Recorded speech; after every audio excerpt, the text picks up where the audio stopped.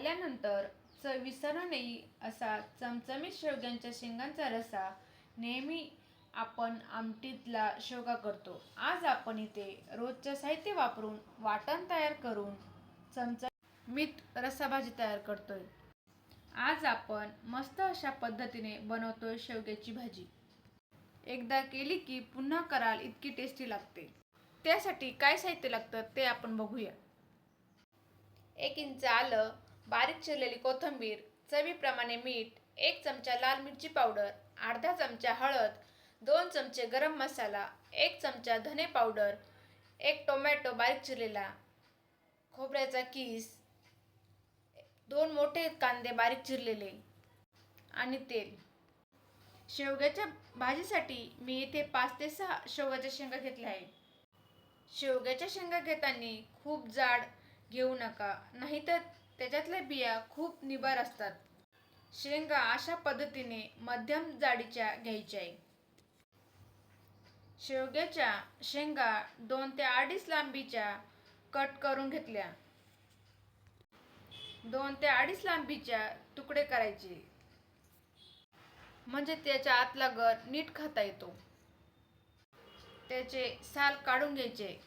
संपूर्ण साल काढून नाही घ्यायचे, मध्ये मध्ये थोडे साल काढून घ्यायचे. जर आपण सगळी साल काढली तर शेंगांचा खूप गाळ होतो आणि त्याचा चुरा होऊ शकतो. त्यामुळे एखादा थोडं साल काढूयात. मी कापून पाण्यामध्ये टाकून घेतले आहेत. शेवगा आपल्याला पहिल्यांदा शिजवून घ्यायचा आहे. भांड्यामध्ये घेऊयात 1.5 ग्लास पाणी. त्यामध्ये शेवग्याच्या शेंगा घालायच्या आहे. त्याचसोबत घालूया अर्धा चमचा मीठ आणि अर्धा चमचा हळद. याला मिक्स करून घेऊयात. गॅस मोठा करून उकळी आणू. उकळी आली आहे, गॅस कमी करू. याच्यावरती अर्धवट झाकण ठेवून देऊ. शेंगा 5 ते 6 मिनिटांसाठी मंद आचेवर शिजवून घेऊ. शेंगा पूर्ण शिजवायच्या नाहीये, 70 ते 80% शिजवायच्या आहे. 5 ते 6 मिनिटं झाली आहे. आपल्या शेंगा बघा खूप मऊ शिजलेल्या नाहीत, थोड्याशा आतमधून कच्च्या आहेत. त्या 70 ते 80% शिजल्या आहेत. गॅस बंद करूयात.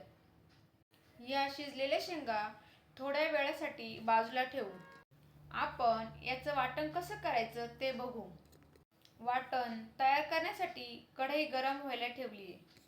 कढई गरम झाली की यामध्ये अर्धी वाटी खोबऱ्याचा किस. गॅस कमी ठेवायचा आहे. खोबरं 2 ते 3 मिनिटांसाठी चांगलं भाजलं आहे.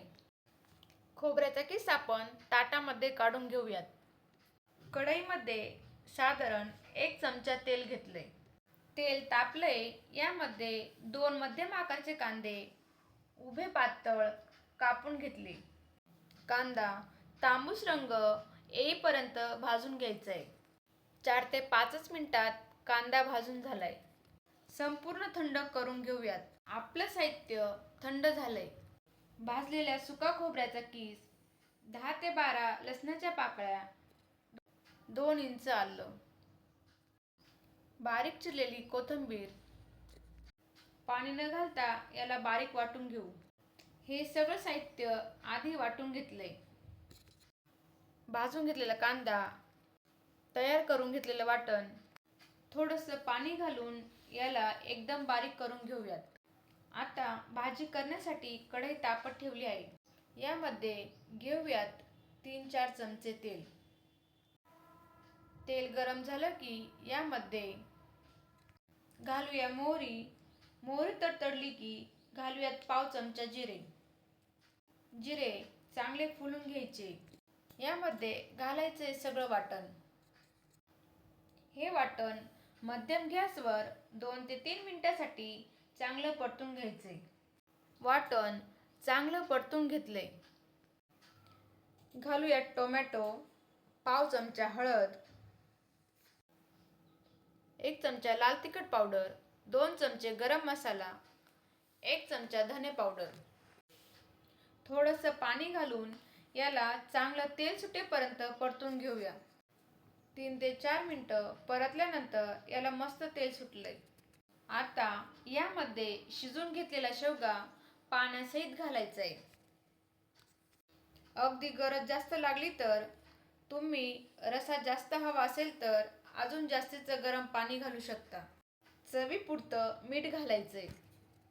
याला मिक्स करून घेऊयात आणि गॅस मोठा करून उकळी आणूयात. रशाला चांगली उकळी आली. अर्धवट झाकण ठेवून 4 ते 5 मिनिटांसाठी शेंगा शिजून घेऊयात. 4 ते 5 मिनिटं झालीये. शेवगा चांगला शिजलाय. खूप अगदी गाळ होईपर्यंत शिजवायचं नाहीये. यावर घालायची आहे बारीक चिरलेली कोथिंबीर आणि मिक्स करून घेऊया. गॅस बंद करूयात. मस्त अशी चमचमीत वाटण केलेली शेवग्याची भाजी तयार झाली आहे.